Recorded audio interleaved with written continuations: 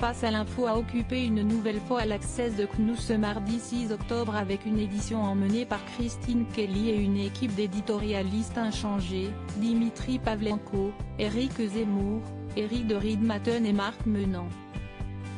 Dans la lignée de ces dernières sorties, le talk a affiché une très belle forme. Éric Zemmour y croit. Pour Pierre de Villiers, la popularité du général de Villiers a ouvert les débats concernant la course à l'Élysée.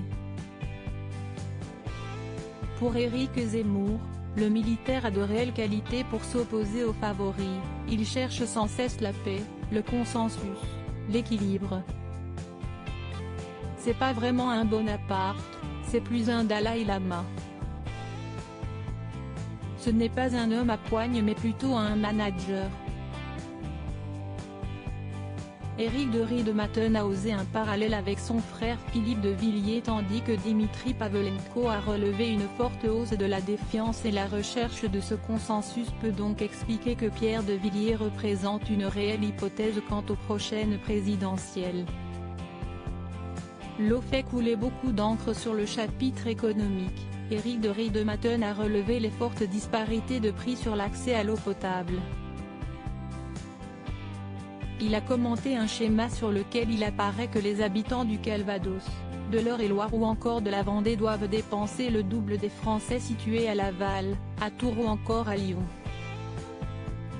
Néanmoins, la moyenne en France est inférieure à des pays comme l'Allemagne, les Pays-Bas ou encore le Danemark. En fin d'émission, Christine Kelly a coupé Éric Zemmour en plein débat. La journaliste a tenu à corriger l'éditorialiste au sujet des propos qu'il a tenus sur Alice Coffin.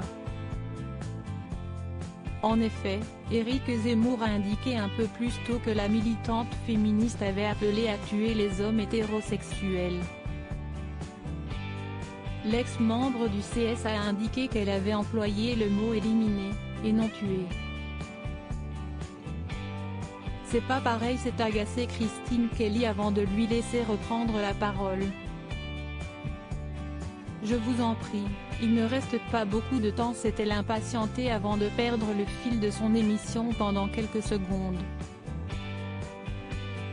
Le canal 16 de la TNT s'est maintenu au-dessus de la barre symbolique des 3% de part de marché avec une édition appréciée par 580 000 individus et 3% des téléspectateurs, dont, également, 3% des CSP+, avec un pic à 756 000 Français.